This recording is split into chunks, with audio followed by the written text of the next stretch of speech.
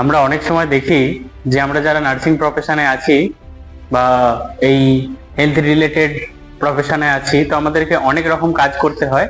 তো এর মধ্যে আরো একটি গুরুত্বপূর্ণ কাজ যেটা করতে হয় সেটা হচ্ছে যে পেশেন্টকে সিরিঞ্জ পাম্প চালানো।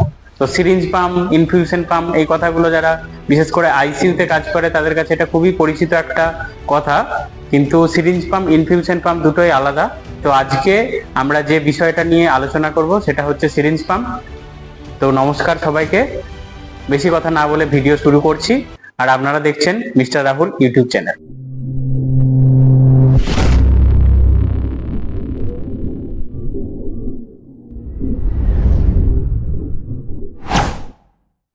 সিরিঞ্জ পাম্প চালানোর আগে যে যে জিনিসগুলি আমাদের লাগবে সেটি হচ্ছে একটি 50 ml এর সিরিঞ্জ বা 50 ml এর ডিস্কোভেন, একটা পিএমও লাইন আর সেলাইন, নর্মাল সেলাইন, তার সঙ্গে যে ওষুধপত্র দিতে বলবেন ডাক্তারবাবু সেই ওষুধপত্র। তো সিরিঞ্জ পাম্প তো অনেক রকম দেখতে হয়। আমাদের কাছে যে মেশিনটি আছে সেই মেশিনটা এরকম দেখতে। তো অনেক কোম্পানির অনেক রকম মেশিন হয়, আমাদের কাছে এই মেশিনটি আছে। তো আজকে আমরা এই মেশিনটি চালানো দেখব এবং আমি এই মেশিনটি চালানো কিভাবে চালাতে হয় এবং আপনারা কিভাবে চালাবেন সেটাই আমি বোঝানোর চেষ্টা করব এই ভিডিওর মাধ্যমে।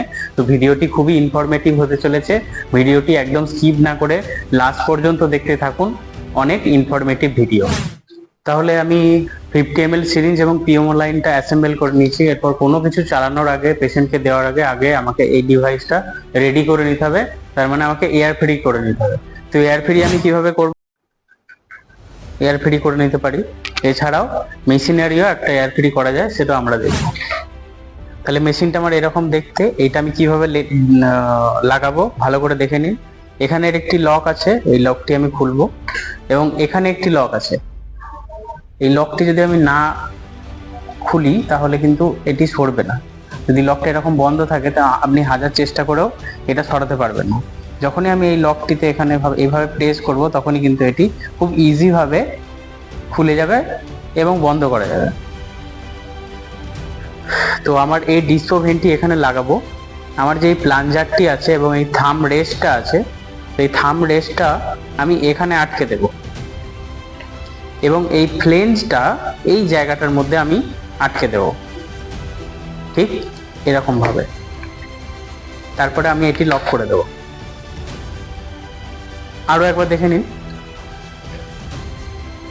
এই 50 ml এর ডিস্কোটি আমি এখানে কিভাবে অ্যাসেম্বল করছি সেটাই আমি ভালোভাবে দেখানোর চেষ্টা করছি। এই যে থাম রেস্টটি আছে, এই থাম রেস্টটি আমি এখানে আটকে দেব এবং এই যে ফ্লেঞ্জটি আছে, ফ্লেঞ্জটা আমি এখানে আটকে দেব। ভালোভাবে আটকে গেল এবং বন্ধ করে দেবো। এরপর আমি মেশিন স্টার্ট করব।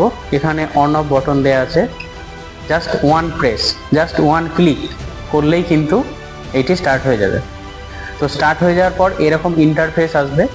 এরকম ইন্টারফেস আসার পরে আমরা চালাতে পারবো। এরপর ডাক্তারবাবুরা যেরকম বলবেন, যদি বলেন যে 10 ml/h, তো এখানে একটি স্টার্ট অ্যান্ড স্টপের বটন দেওয়া আছে।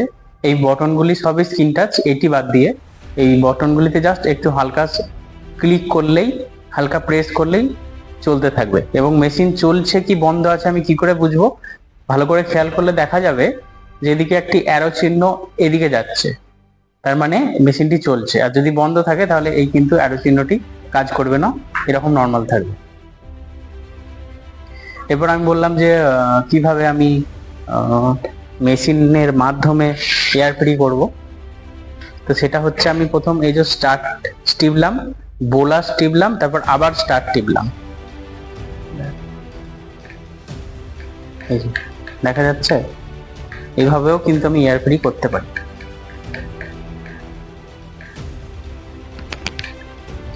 এবার এখানে যে যতগুলি সুইচ দেয়া আছে, এই সুইচগুলি ডাক্তারবাবুরা যেরকম ভাবে বলবেন, মানে যত ml/h বলবে, এই সুইচগুলি টিপে আমি কমাতে বা বাড়াতে পারি।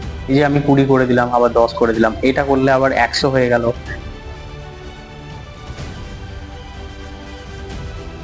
মানে যেরকম ডাক্তারবাবু বলবেন। ধরুন যে ডাক্তারবাবু বললেন যে 8.3 ml/h করতে, তো আমরা 8 করে নিতে পারি। 8.3, 1 2 3 অ্যান্ড স্টার্ট। এটা করলেই আমরা খুবই ইজি ভাবে, খুবই সিম্পল ভাবে আমরা সিরিঞ্জ পাম্প চালাতে পারি। তো সিরিঞ্জ পাম্প চালানো এবং মোবাইল চালানো দুটোই কঠিন ব্যাপার নয়, জাস্ট একটু শিখে নিলেই সবাই এই কাজটি করতে পারবেন। তো মোটামুটি আমি দেখানোর চেষ্টা করলাম যে সিরিঞ্জ পাম্প কিভাবে চালাতে হয়। এছাড়াও আরও কিছু কিছু সেটিংস আছে যেগুলো আমি আরেকবার দেখাবো। এগুলো অনেকেই জানে না, কিন্তু আমি দেখানোর চেষ্টা করছি। তো প্লিজ আপনারা দেখুন এবং এই ভিডিওটির মাধ্যমে আপনারা শিখুন।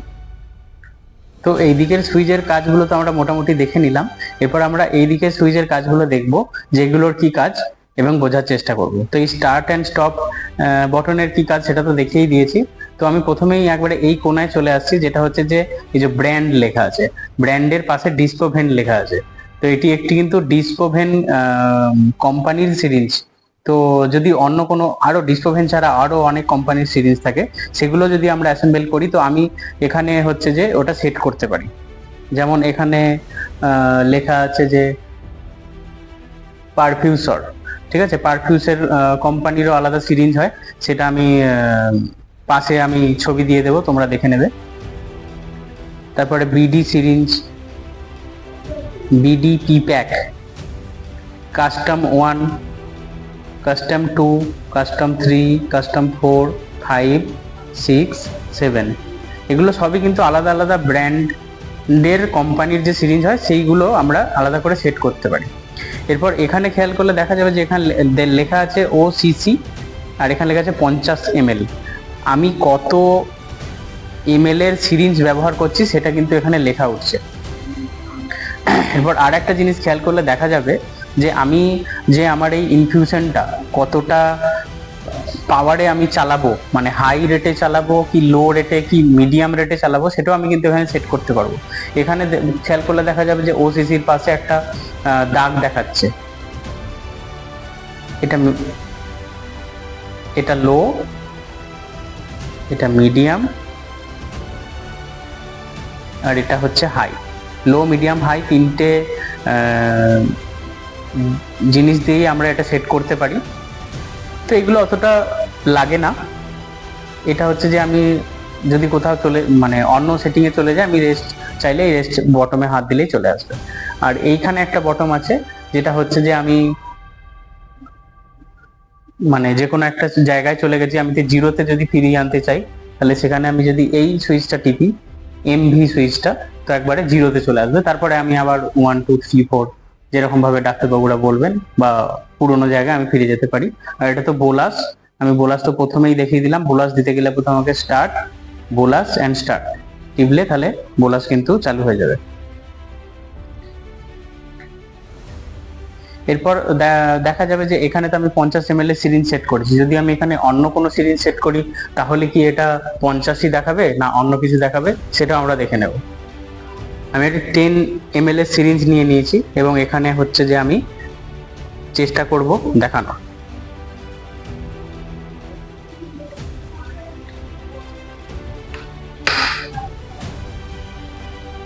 খেয়াল করলে দেখা যাবে যে এখানে কিন্তু 10 ml দেখাচ্ছে। তাহলে আমি 50, 20, 10 যাই মানে যত ml এরই সিরিঞ্জ দিই না কেন, এখানে কিন্তু এটা দেখিয়ে দেবে। খুবই একটি গুরুত্বপূর্ণ বিষয়, যেটা আমরা কাজের মাধ্যমে কাজ করতে করতে ভুলে যাই, এবং হচ্ছে যে আমাদের যে সিনিয়র স্টাফেরা থাকেন বা ডাক্তারবাবুরা থাকেন, অনেক সময় ওনাদের কাছে আমরা বকা খেয়ে যাই। সেটা কি না, আমরা যে ওষুধ বা ইঞ্জেকশনটা চালাচ্ছি সিরিঞ্জ পাম্পের মাধ্যমে, সেটা আমরা অনেক সময় লেভেল করতে ভুলে যাই।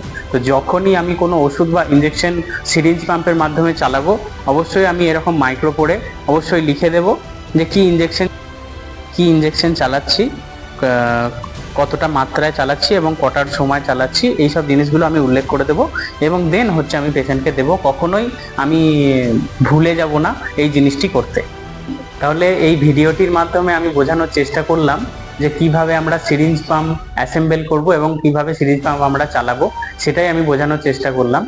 তো আমি নতুন নতুন অনেক ভিডিও নিয়ে বোঝানোর চেষ্টা করি যে কিভাবে আপনারা নার্সিং প্রফেশনে যারা আছেন এবং হেলথ রিলেটেড প্রফেশনে যারা কাজ করছেন, কিভাবে খুবই ইজি পদ্ধতিতে আপনারা পেশেন্টকে এবং নিজে ভালো থাকবেন এবং পেশেন্টকে পরিষেবা দেবেন। তো নতুন নতুন ভিডিও তো আসেই। এরপর যদি আপনাদের কোনো বিষয়ের উপর জানতে ইচ্ছা করে তাহলে আমার কমেন্ট বক্সে অবশ্যই কমেন্ট করে জানাবেন। আর ভিডিওটি যদি ভালো লাগে তো অবশ্যই বন্ধুদের সঙ্গে একটু শেয়ার করে দেবেন, আর লাইক আর সাবস্ক্রাইব করতে ভুলবেন না। তো সবাইকে ধন্যবাদ।